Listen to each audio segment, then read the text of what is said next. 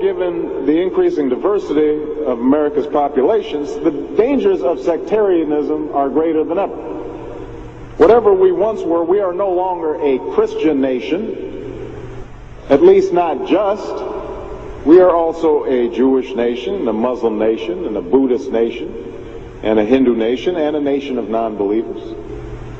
And even if we did have only Christians in our midst, if we expelled every non-Christian from the United States of America, whose Christianity would we teach in the schools?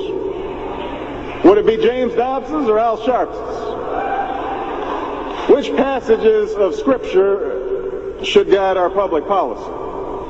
Should we go with Leviticus, which suggests slavery is okay, and that eating shellfish is an abomination? Or we could go with Deuteronomy, which suggests stoning your child if he strays from the faith? Or should we just stick to the Sermon on the Mount, a passage that is so radical that it's doubtful that our own Defense Department would survive its application? So before we get carried away, let's read our Bibles now. Folks haven't been reading their Bible. Which brings me to my second point. Democracy demands that the religiously motivated translate their concerns into universal rather than religion-specific values.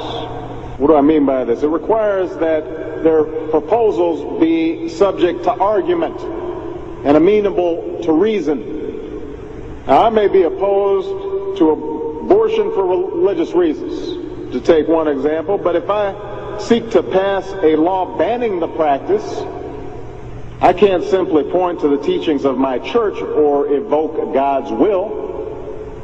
I have to explain why abortion violates some principle that is accessible to people of all faiths, including those with no faith at all. Now, this is going to be difficult for some who believe in the inerrancy of the Bible, as many evangelicals do. But in a pluralistic society, we have no choice. Politics depends on our ability to persuade each other of common aims based on a common reality. It involves compromise, the art of what's possible. And at some fundamental level, religion doesn't allow for compromise. It's the art of the impossible.